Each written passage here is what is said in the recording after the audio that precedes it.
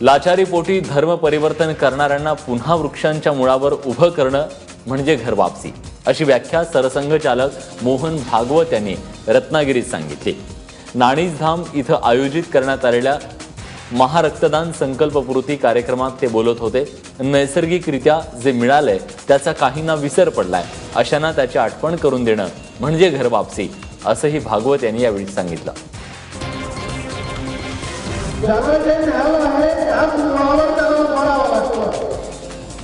परंतु काही लाचारीपोटी, काही निरुपायापोटी, काही लालचीमुळे अशी कलम करण्याचा प्रयत्न झाला. तो प्रयत्न बंद करून पुन्हा वृक्षांना आपल्या मुळावर उभं करत. सामाजिक न्याय राज्यमंत्री राजकुमार बडोले यांनी मराठा मोर्चाबद्दल केलेल्या वक्तव्यावरून वादळ निर्माण झालेलं असताना त्यात रामदास आठवलेंनी उडी घेतली आहे. बडोलेंचं वक्तव्य ही वस्तुस्थिती असल्याचं केंद्रीय राज्यमंत्री रामदास आठवलेंनी म्हटलंय. ते चंद्रपुरात बोलत होते. त्यामुळे आता पुन्हा एकदा वाद पेटण्याची चिन्ह आहेत. सध्या पैसेवाल्यांची आंदोलनं मोठी होत आहेत. कुणीही उठसूट आरक्षणाची मागणी करतंय असं वक्तव्य राजकुमार बडोले यांनी केलं होतं आणि त्याच वक्तव्याचं आठवलेंनी देखील समर्थन केलंय. म्हणाले की ज्यांच्याकडे पैसे आहे असे लोक मोठे मोर्चे काढू शकतात. तर मला असं वाटतं की ते मोठे मोर्चे काढू शकतात, आम्ही ठरवलं तर आम्ही मोठे मोर्चे काढू शकतो. परंतु त्यांच्याकडे पैसे असल्यामुळं मोर्चे जास्त मोठे निघतात असं ते म्हणाले, तर ते वस्तुस्थिती आहे.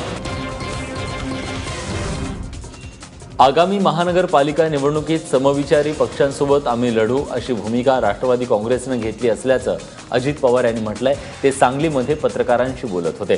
सरकार आरक्षणाच्या मुद्द्यावर वेळकाढूपणा करत असल्याचंही त्यांनी म्हटलंय. गेली 2 वर्ष सरकारनं आरक्षणाचा प्रश्न गंभीरपणे घेतला नसल्याची टीका यावेळी अजित पवार यांनी केली. त्याचप्रमाणे युतीनं केलेल्या शिवसेनेनं देखील मराठा आरक्षणाबद्दल दुटप्पी भूमिका घेतली असल्याचं वक्तव्य अजित पवार यांनी केले. राज्यात तणावपूर्ण परिस्थिती असताना मंत्रिमंडळातील मंत्री बेताल वक्तव्य करत असतील तर समाजातला उद्रेक कमी कसा होईल, असा सवाल अजित पवार यांनी सरकारला विचारला. काही जण जातीय राजकारणातून समाजात फूट पाडण्याचा प्रयत्न करत असल्याचं मत संघाचे प्रचार प्रमुख मनमोहन वैद्य यांनी व्यक्त केलंय. अकोल्यात आयोजित करण्यात आलेल्या राष्ट्रीय स्वयंसेवक संघाच्या शाखेच्या विजयादशमी महोत्सवात प्रमुख वक्ते म्हणून ते बोलत होते. त्यामुळे वैद्य यांचं हे विधान राज्यात सध्या निघत असलेल्या मराठा मोर्चांबद्दल आहे का, अशी चर्चा सुरू झाली आहे. कधी काळी देणारेच आता मागत आहेत, असं सूचक मतही त्यांनी व्यक्त केलंय. त्यामुळे त्यांचं हे विधान मराठा आरक्षणाशी जोडलं जात आहे. समृद्ध असे समाज आहेत, परंतु राजकीय स्वार्था करता तो अशा स्वार्थी राजकीय नेत्यांच्यामुळे ते देण्याच्याऐवजी मागण्याची मागणी करत आहेत. मोठी मोठी आंदोलनं करतायत, शक्ती त्याच्या मागे लावतायत.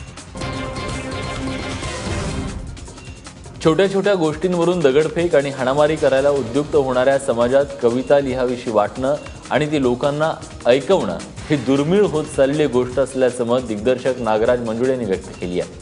पुण्यात श्रीरंजन आवटे या नवोदित लेखकाच्या सिंगल मिंगल या कादंबरीच्या प्रकाशन कार्यक्रमात नागराज बोलत होता. सध्या जगात प्रत्येकाला काहीतरी करून बघायचंय, पण नक्की काय करायचंय हे समजत नाही.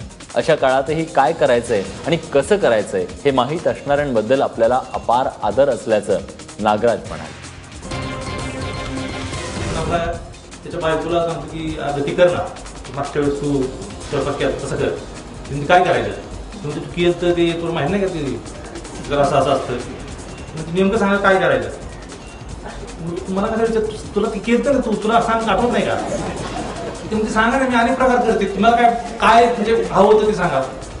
त्यांचं इतकं मी तुम्हाला पाठवत होतं आणि तू पाठीने तिला जोडतो आणि शेजारी म्हातारी येते म्हणजे काय बया म्हणते येडा काय म्हणते, त्याचा पाठीचं फार दीर्घ करून टाकलं तू.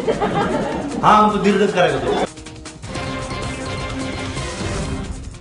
मुख्यमंत्री देवेंद्र फडणवीस आणि एकनाथ खडसेंमधल्या दुराव्याचं चित्र जळगावातल्या जामनेरमध्ये काल पाहायला मिळालं. महाराजस्व अभियानांतर्गत आयोजित करण्यात आलेल्या शिबिराला मुख्यमंत्री मुंबईहून दाखल झाले, तर दुसरीकडे जिल्ह्यात होत असलेल्या कार्यक्रमालाच खडसेंनी जाणं टाळलं.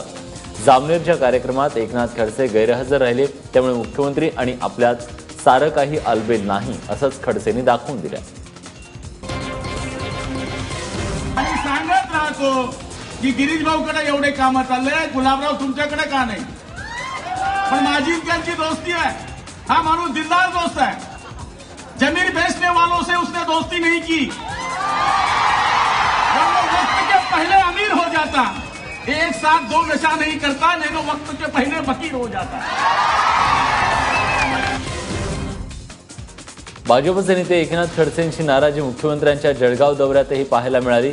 नाराज खडसे यांनी जलसंपदा मंत्री गिरीश महाजन यांच्या कार्यक्रमाकडे पाठ फिरवली आणि विमानतळावरच मुख्यमंत्र्यांचं स्वागत करून काढता पाय घेतला. जामनेरला झालेल्या या कार्यक्रमामध्ये एकनाथ खडसेंची अनुपस्थिती चर्चेचा विषय ठरली. जिल्ह्यातील भाजप आणि शिवसेनेचे आमदार या कार्यक्रमाला उपस्थित होते, मात्र अपवाद होता फक्त आणि फक्त खडसे कुटुंबियांचा. दरम्यान या कार्यक्रमाच्या मानापमान नाट्यावरून खडसे महाजन समर्थक भिडले होते. खडसे यांचे नाव पत्रिकेमध्ये खूप खाली टाकलं, त्यामुळे खडसे समर्थक चांगलेच चिडले होते. भाजपच्या पदाधिकारी असलेल्या गणेश पांडे विरोधात आरोप केलेल्या अभिनेत्री मैथिली जावकर यांनी केस मागे घेतली आहे. राज्य महिला आयोगामध्ये सुरू असलेल्या केस अभिनेत्री मैथिली जामकर यांनी मागे घेतली आहे. महिला आयोगासमोर हजर राहण्यात शूटिंग आणि शोजमुळं त्याचं नुकसान होत आहे आणि त्यामुळे हे सगळं कारण पुढे करत मैथिली जामकर यांनी या वादातून काढता पाय घेतलाय. भाजप युवा मोर्चाचा अध्यक्ष गणेश पांडे यांना अश्लील भाषेचा वापर करत आपला विनयभंग केल्याची तक्रार मैथिली जावकर यांनी केली होती. मथुरा इथं घेण्यात आलेल्या भाजप युवा मोर्चाच्या एका परिषदेच्या वेळी ही घटना घडल्याचा दावा मैथिली जावकर यांनी केला होता. मात्र पक्षानं योग्य ती कारवाई केली आहे असं जावकर यांनी आपल्या पत्रात नमूद करत या सगळ्या प्रकरणातून काढता पाय घेतलाय. दुष्काळमुक्त महाराष्ट्रासाठी अभिनेता आमिर खानच्या पाणी फाउंडेशनकडून वॉटर कप स्पर्धेचा दुसरा अध्याय लवकरच सुरू होणार आहे. पहिल्या वर्षी केवळ 3 तालुक्यात घेण्यात येणारी ही स्पर्धा यंदा 30 तालुक्यांमध्ये घेण्यात येणार आहे. या दुसऱ्या टप्प्यात पाणी फाउंडेशनसोबत पुण्यातल्या मॉडर्न महाविद्यालयातील जैन संघटनाही सहभागी होणार आहे. यावेळी जैन फाउंडेशननं आमिर खानला त्याची प्रतिकृती भेट दिली.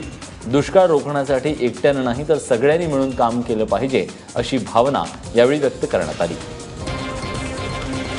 में हम 3 तालुका में थे.